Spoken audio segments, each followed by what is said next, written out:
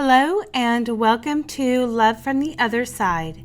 If you are on this video, perhaps you too are in need of hope. We bring you stories from around the world of people who have shared their near-death experiences. Today's experience comes to us from Joanne, and she had this experience in the fall of 1994.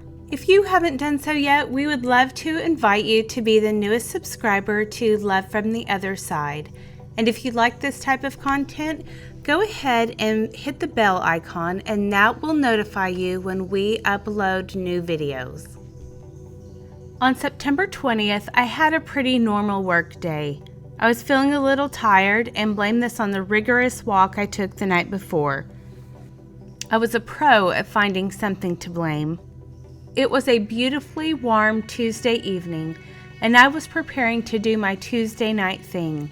I would gather my laundry, take to my sister's, visit with my nieces and baby nephew, and meet a gang at the club for our line dance night. I would never make my dance gig. I went to my sister's, did my laundry, and played with the kids. I even took Maggie, the cocker, out for a walk. During this time, I started to tighten up, so out came my trusty inhaler. It helped, but not so much, so I decided I'd skip the smoky club. Even though it wasn't crowded, there were a few chain smokers who managed to keep that cloud hovering. I went home and started undoing my laundry. While folding the towels and sheets, I really started to tighten up. I took a pill along with a few more hits from the inhaler and waited for it to take. As the moments passed, I started to feel worse. I called my doctor's office to tell them I was having problems and would come into the emergency room for treatment. I left a message if he would call with orders. Then I called my dad to have his friend take me downtown. While waiting for him to walk the few blocks, I started to feel worse and panicked. A few months prior, my physician had given me an EpiPen in case I ever got in real trouble. I was pacing like a caged lion. I decided to use the injection. I got more agitated and paced even more. By this time, my father had arrived and insisted we wait outside. The time was approximately 8:35 p.m. I grabbed his arm and we started down the first set of steps. When we reached the landing, I started to lose my peripheral vision. All the while, however, I was gasping and chattering away. The rest of the physical story is related to me by my dad. I continued to cling to him as we walked down the second set of steps. When we reached the pavement, he said I started mumbling and pulling him into the middle of the street. At this point, I was engulfed in total blackness and figured I was running on stored energy. He said I dragged him into the street and planted my feet. He couldn't drag me back to the safety of the pavement. Suddenly, he felt my body go limp, and I fainted to the street as he caught me. He tried to drag me out of harm's way, but I was dead weight. Since it was a balmy evening and some of the neighbors were sitting on their patios, they witnessed this scene and called 911. Screaming for help, some of them came down to help my dad get me out of the way. I wouldn't budge. He kept my head off the street and said I was heaving air and my eyes were rolling around. My muscles were limp and heavy, and at this point my body had shut down. I had completely evacuated my body contents. I was in trouble. At this point, a crowd had begun to gather. The first to arrive on the scene was a fire truck. The firemen intubated me on the street. The paramedics arrived, did whatever blood work they do to determine if drugs are involved, and began life support. Calls were put into the hospital notifying them of our pending arrival. However, it took over 40 minutes to get me stable to transport, not to mention to move me onto a stretcher and into the truck. In the meantime, my physician had been calling my house very concerned because I had not arrived at the hospital in town. Due to my unstable condition, the paramedics would take me to the closest hospital to my home, a Catholic hospital just a few miles away. I met many angels that night, some in human form, who stayed with me until medical help arrived. No one saw them come or where they went. They never saw their faces, but they encouraged me to hold on. My journey begins. I was comfortably wafting along a black tunnel, no specific direction since I had no body to gauge. and I noticed it was blackness like I had never seen. I was full of love and joy and peace, and just nurtured me along. Waves just came over me and gently guided me along. I was overcome by the love that surrounded me, and that I could return the feeling. At some point, a being came along me and took me on a tour of the universe. I had instilled in me creation and how the galaxies were created.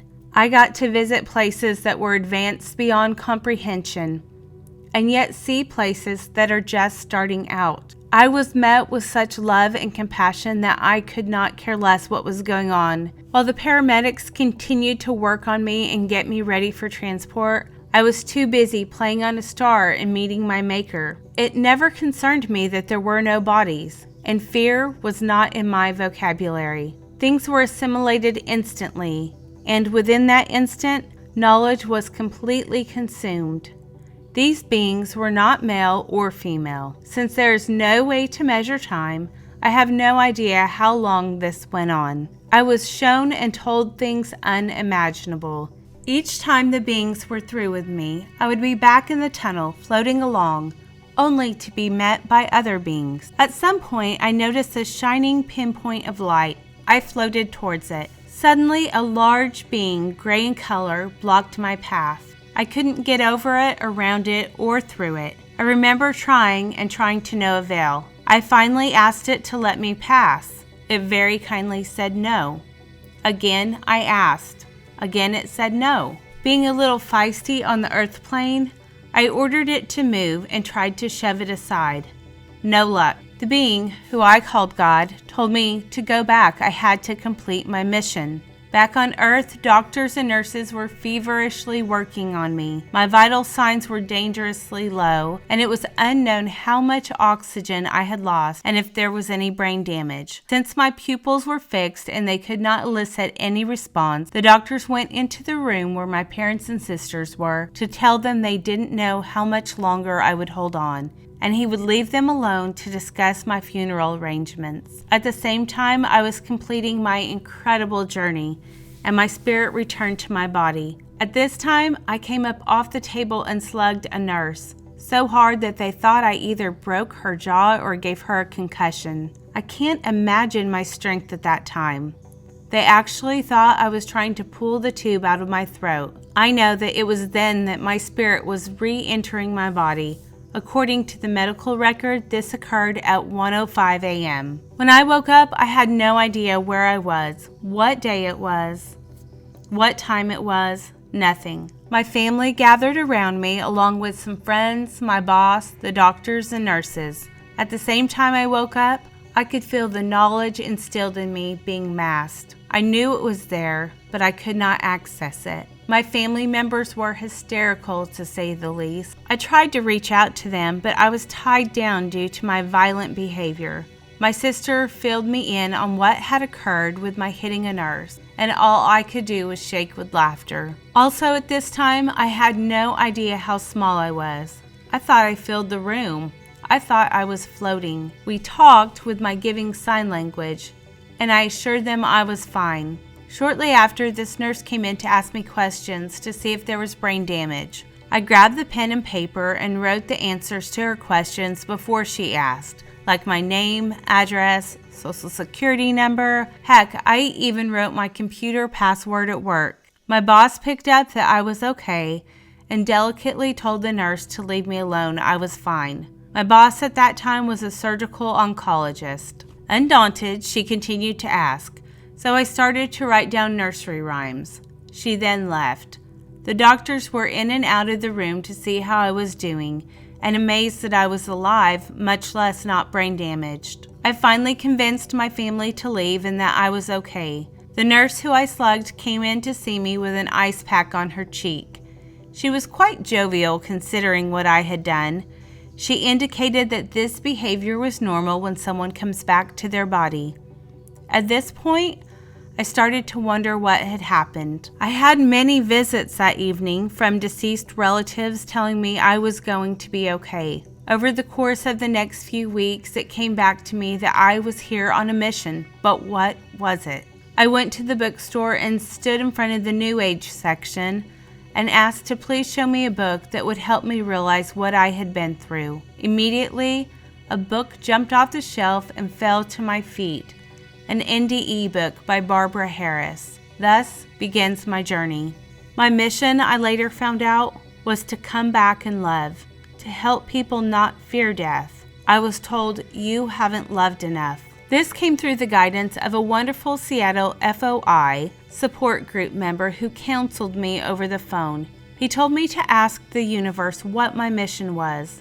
My answer was stated above. I thought that was the coolest thing. Since that time, I haven't stopped. It isn't easy for most days carrying around this miracle, wishing to be home. I know I'm here for a reason, as we all are, and the pains of humanity can be unbearable sometimes. There is so much more to tell. Well, if you would like to hear more about her experience, she goes into great detail before the part that I shared as to what led up to her illness. And also there is a question and answer session after the experience, and I will put a link to that in the description section of this video. As always, thank you for spending your time with us, and until next time, God bless.